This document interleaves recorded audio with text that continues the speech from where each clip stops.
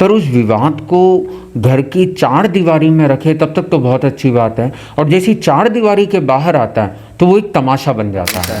इसलिए इनको तो आपस में बैठ के सुलह कर लेनी चाहिए, और सुलह से अनेक रास्ते खुलते हैं। तो मैं तो कहता हूँ कि मेवाड़ की गरिमा बनी रहे, तो मेवाड़ की शोभा बनी रहे। मेवाड़ ऑब्वियसली पूरा मेवाड़ नहीं, हम तो कहते हैं कि विश्व की सबसे पुराना राजवंश है तो पूरा भारत ही शर्मिंदा हुआ। तो वो लोग ये कहते हैं कि भाई अगर आज हिंदू धर्म बचा है तो वो मेवाड़ के महाराणाओं के कारण बचा है। और आज हम कहते हैं कि हिंदुआ सूरज हिंदूपति इसलिए इन्हें मिला कि काशी के, बनारस के और नागर ब्राह्मणों द्वारा इन्हें ये उपाधि दी गई, वो भी इसलिए कि इन्होंने कभी भी किसी के साथ समझौता नहीं किया। जिसमें सलूम्बल रावत साहब देवव्रत सिंह जी ने जो रक्त तिलक किया वो एक ऐतिहासिक पल रहा। और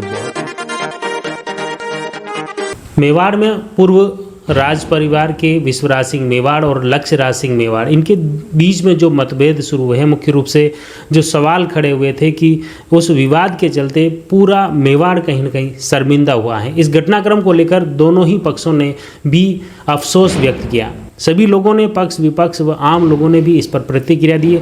आज हमारे साथ में जैन मुनि हैं, आपके नज़रिए में ये क्या?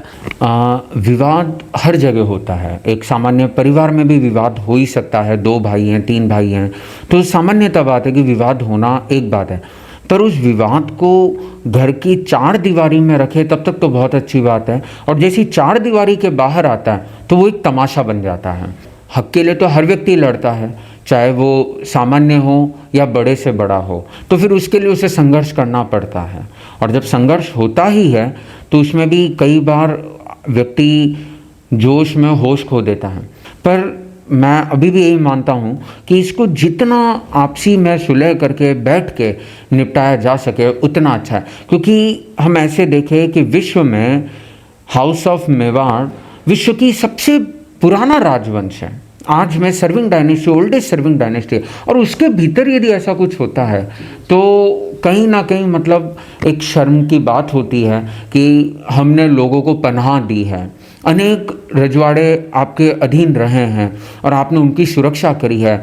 यहाँ तक सुनते हैं कि बप्पा रावल ईरान इराक तक फतेह करके आए, और आज उन्हीं के वंशज एक छोटी सी चीज़ के लिए इतना बड़ा लड़ रहे हैं। तो बाहर के देशों में और बाहर के जो राजघराने हैं उनमें हमारा क्या असर पड़ेगा, ये बहुत एक चिंतन का विषय है। इसलिए इनको तो आपस में बैठ के सुलह कर लेनी चाहिए, और सुलह से अनेक रास्ते खुलते हैं। पुराने लोग कहा भी करते थे कि कोई व्यक्ति अपने भाई का हक छीन के अपने बेटे के लिए संपत्ति का अर्जन करता है, अपने बेटे के लिए वो एक संपत्ति बनाता है, तो उसके परिणाम अच्छे नहीं होते। ये बहुत दुखदायी होता है। एक बार के लिए, एक कुछ समय के लिए, सालों के लिए आप सुख जरूर पा लेंगे, पर अंत हमेशा सत्य का होता है। सत्य को आप पराजित नहीं कर सकते। जिस ढंग से एक मेवाड़ की परंपरा है कि सलूम्बर के रावत साहब रक्त तिलक करते हैं, और बड़ी सादड़ी के जो चंवर जो ढुलाते हैं, और भिंडर से जो भाला आता है, वो जिसको सौंपा जाता है वही मेवाड़ के एकलिंग नाथ जी का दीवान होता है, वही महाराणा बनता है।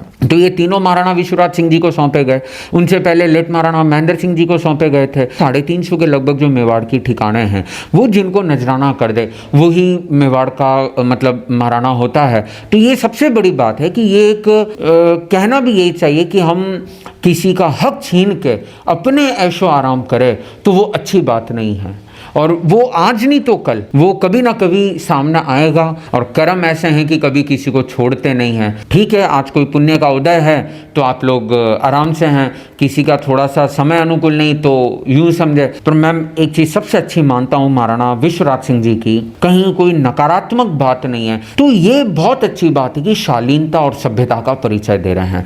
ये इस राज परिवार के जो मुखिया होते आए हैं, राजा गुहिल से लेके ये 77वें राज परिवार के प्रमुख हैं महाराणा विश्वराज सिंह जी। अगर इन 77 का इतिहास देखें तो जो भी इस गिद्दी पे आके बैठा है वो बड़ा शांत और सौम्य है। ऑब्वियसली ये आज नहीं तो कल सुलह होनी है, और इसका एक ही रास्ता है। ऐसा सुना है कि आज भी जयपुर में मुख्यमंत्री ने लगभग 11-15 जनों का एक प्रतिनिधि मंडल महाराणा साहब के हिसाब से बुलाया है, और वो इस पूरे प्रकरण के अंदर अब खुद मुख्यमंत्री इन्वॉल्व हो रहे हैं। और जो तो मैं तो कहता हूँ कि मेवाड़ की गरिमा बनी रहे, तो मेवाड़ की शोभा बनी रहे। मेवाड़ का इतिहास यदि हटा दें तो राजपूताना का भी इतिहास मुश्किल हो जाएगा और भारत का इतिहास भी दुनिया से गायब हो जाएगा। कि मेवाड़ का इतिहास इतना समृद्ध है, इतना अच्छा है, तो इस इतिहास को संजोए रखने की जो ये विरासत है वो यथावत बनी रहे, यही एक हम सबके प्रति मंगल कामना। ठीक है, जो संपत्ति की बात है, जो कोर्ट की बात है, वो पिछले 40 सालों से चल रहा है। जहाँ तक मैं भूल नहीं करूँ तो 1983 से रनिंग गई है। लेट महाराणा साहब भगवत सिंह जी के टाइम पे केस हुआ था। तो जहाँ तक मैंने विश्वराज सिंह जी को देखा है, समझा है, मेरा बहुत गहरा संबंध है, उनका बराबर संपर्क होता रहता है, आते जाते रहते हैं, बातचीत होती रहती है। लेट महाराणा महेंद्र सिंह साहब का भी बहुत बराबर चलता रहा।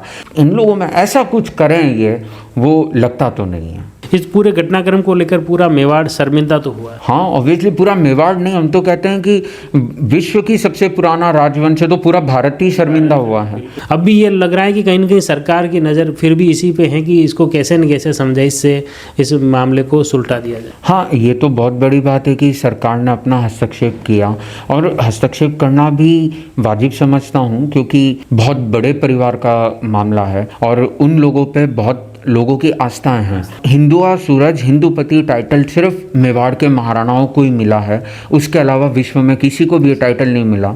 और इन लोगों का एक मानना है, एक आम लोगों का मानना है, तो वो लोग ये कहते हैं कि भाई अगर आज हिंदू धर्म बचा है तो वो मेवाड़ के महाराणाओं के कारण बचा है, क्योंकि उन्होंने किसी के साथ समझौता नहीं किया। तो आज वो उस संस्कृति के लिए, संरक्षिता के लिए विश्व के, मतलब यूँ कहे भारत के, राजस्थान के जो गणमान्य व्यक्ति हैं, जो सरकार के बड़े बड़े अहदे पे बैठे हुए हैं, तो वो हस्तक्षेप कर ही रहे हैं। और उसी के कारण मैं समझता हूँ जितना जल्दी हो जाए सुलह हो सकती है। मेवाड़ पूर्व राज परिवार है, उसमें भी कहीं ना कहीं जैन धर्म का भी काफ़ी पुराना संबंध रहा है, उस पर भी आप थोड़ा सा। क्योंकि अगर हम देखें तो चाहे चित्तौड़ का गढ़ देखें, कुंभलगढ़ देखें, तो हर जगह इन्होंने जैन मंदिरों का निर्माण भी करवाया था उस जमाने में। तेरापंथ के द्वितीय आचार्य भारमल जी थे, आचार्य भारमल जी, उनके टाइम से, उनके समय से यथावत संबंध रहा। उसके बाद जो से जैसे तत्कालीन आचार्य होते गए, मेवाड़ के तत्कालीन शासक होते गए, उन सब का संबंध रहा।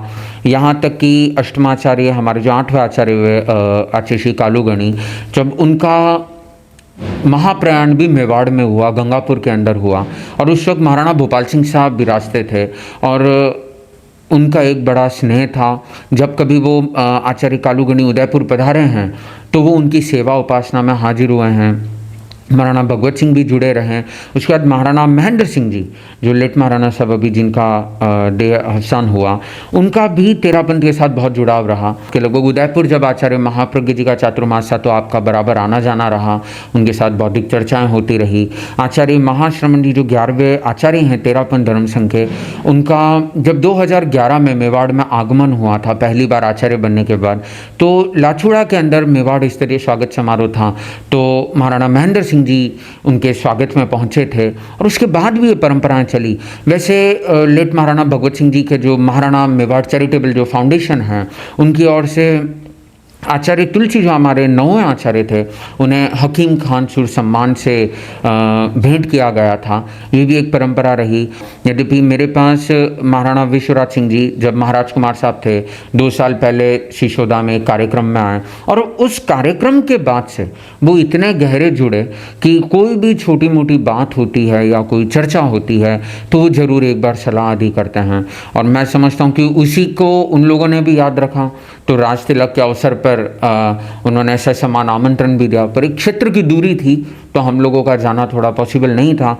तो एक प्रतिनिधि रूप में हमारे यहाँ से डॉक्टर BR शर्मा जो सिरियारी में हैं, उनके नेतृत्व में एक प्रतिनिधि मंडल गया था। पहले भी ये देखा गया है कि कहीं जातिवाद की स्थिति भी इसमें नहीं देखी। ऐसे देखे कि महाराणा प्रताप के जो सेनापति थे वो मुस्लिम थे, और अकबर के जो सेनापति थे वो हिंदू थे, सवाई मानसिंह जयपुर थे। और सबसे बड़ी बात है कि महाराणा प्रताप ने अपने बराबर में भील समाज के जो उस ज़माने में थे, जिन्होंने युद्ध जिताने में उनको सहयोग करा, उनको अपने बराबर का दर्जा दिया।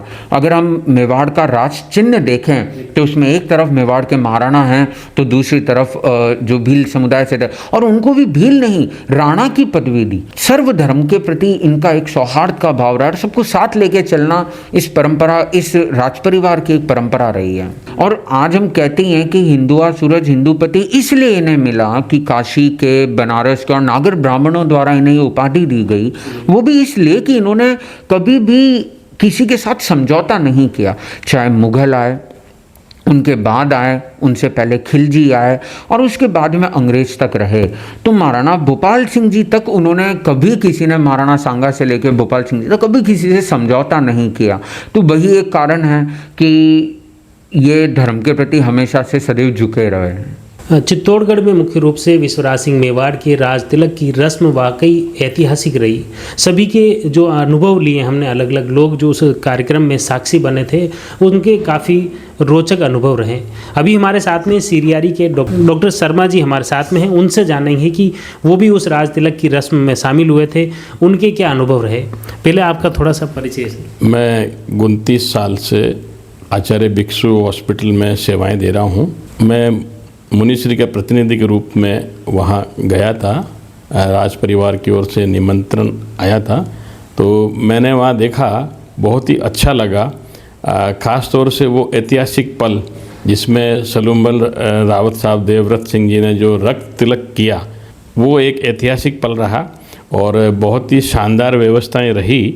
और भिंडर महाराजा साहब ने भी बहुत अच्छी व्यवस्थाएं की।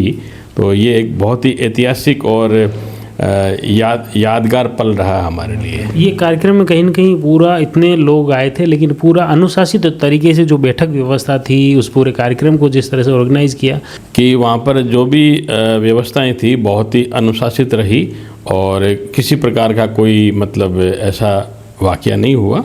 और ये अन्य समाज के लिए भी एक प्रेरणादायी है कि इस तरह का आयोजन ऐतिहासिक होने चाहिए। जिस तरह से इतने सालों से जो विवाद चल रहा है, इससे कहीं न कहीं न सिर्फ मेवाड़ बल्कि पूरा भारत विदेशों में बदनाम हुआ है। और इसको लेकर जो सरकार के भी जो प्रयास है वो सकारात्मक हैं। और ख़ास तौर से अब इस मामले में कहीं न कहीं आपसी सुलह, आपस में रजाबंदी करके इसको निपटाया जाना चाहिए, ताकि न सिर्फ मेवाड़ की आन बान शान बनी रहे बल्कि मेवाड़ के प्रति जो विदेशी लोगों में भी जो श्रद्धा है, विश्वास है, वह भी कायम रह सकें। आप जुड़े रहिए जयवर्धन न्यूज़ के साथ। धन्यवाद।